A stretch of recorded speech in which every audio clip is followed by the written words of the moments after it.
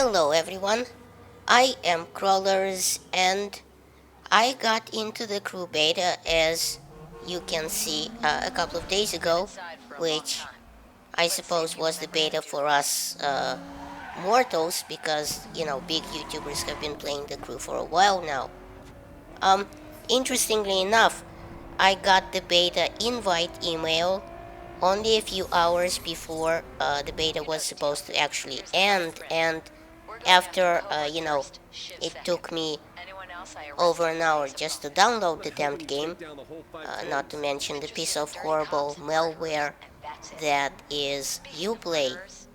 Honestly, Uplay is the games for Windows Live of this generation. I mean, uh, just recently I wanted to get into Dirt 3, pull it, dust it off, pull the CD off my shelf, to try out my new G27 wheel, and had been reminded just what a shitty, horrible piece of caca Games for Windows Live is.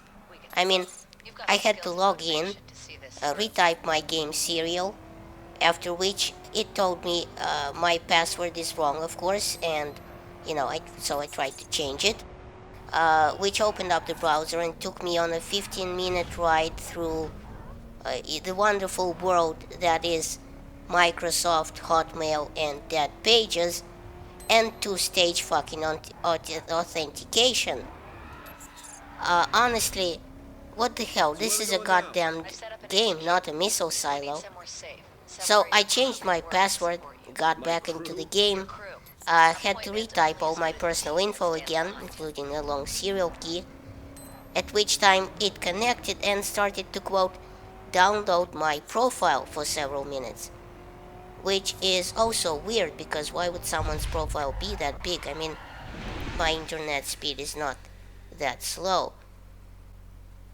In all fairness, it should be a tiny profile, right?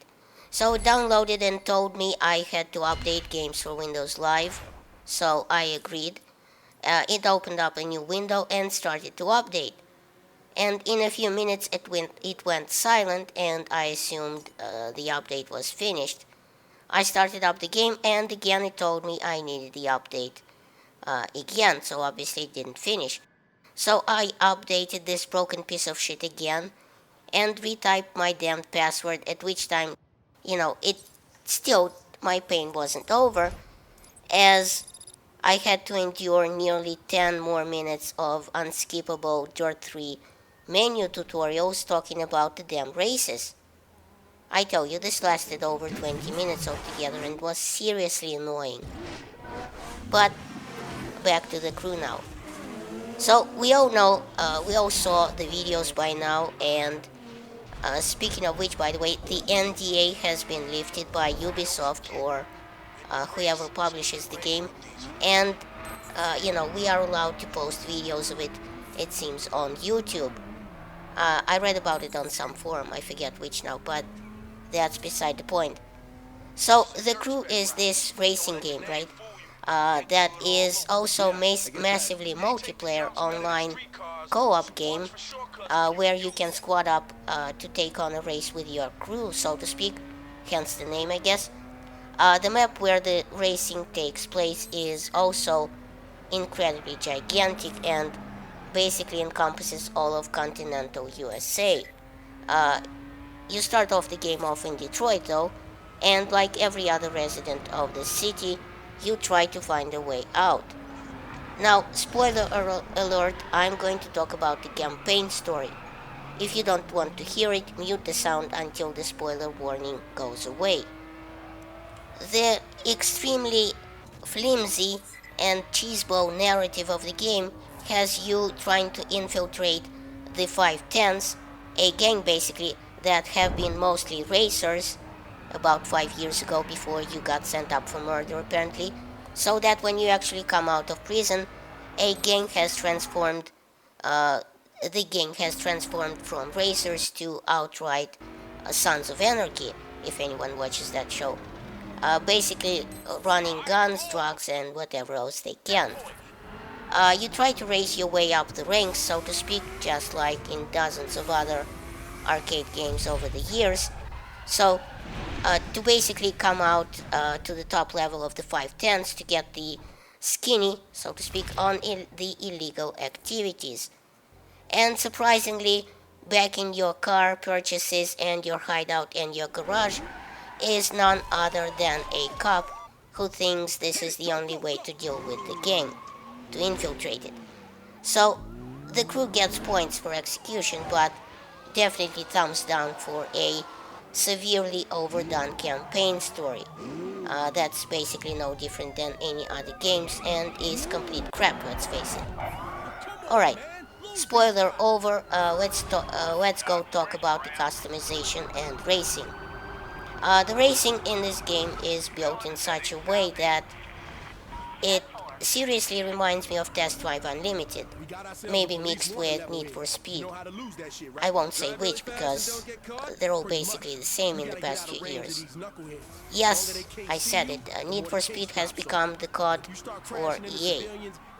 I'm not asking you to agree with me, that's just, my opinion. If this seems harsh to you, then don't watch. So, in the crew, you have a choice of a starting car you buy, as probably in any other arcade racer, and then you slowly get it to level up by winning parts.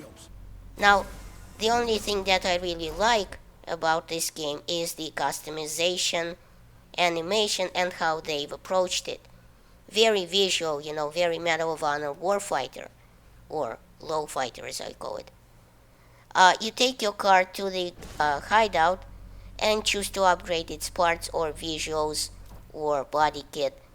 Now, choosing to upgrade parts of the body kit makes the car's panels expand in a nicely blown out view, at which time you can choose a free look camera and look around if you wish, or there are, pre-made cameras.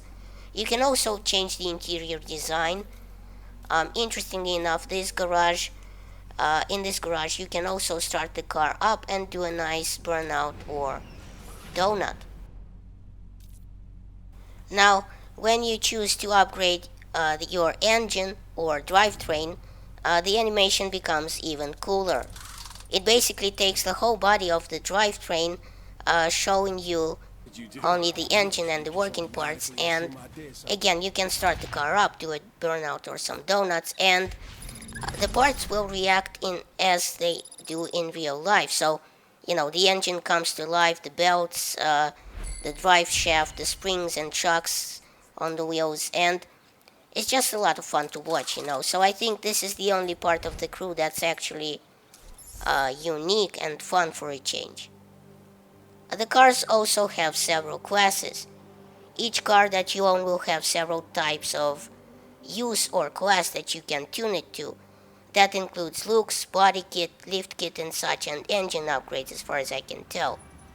The off-road spec cars do look a little goofy though, like this Porsche that I raced in an off-road type challenge with an online co-op buddy that I asked to get in my crew.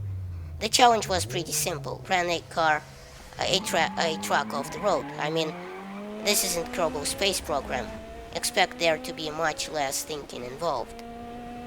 Some other racing type challenges remind me heavily of Test Drive Unlimited, as I said, like the deliver the Aston Martin without a scratch timed challenge. But the racing is where the game goes back to the roots of all the other arcade racers before it. I mean, the game does give you an interior view, which I think is a very nice touch, but don't expect a Project Cars handling here.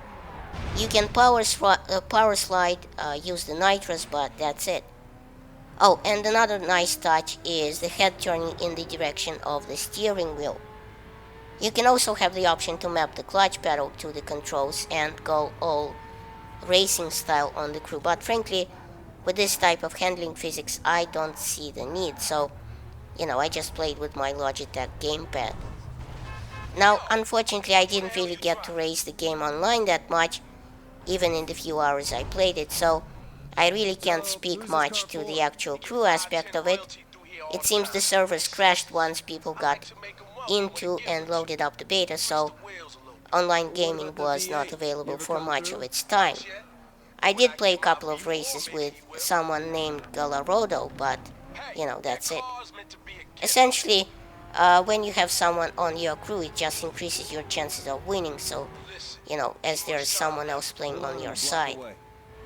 So, I mean, if you're gonna be wanting to cruise around with your friends, maybe playing these quick races as a team, having a bit of fun, it might be the game for you.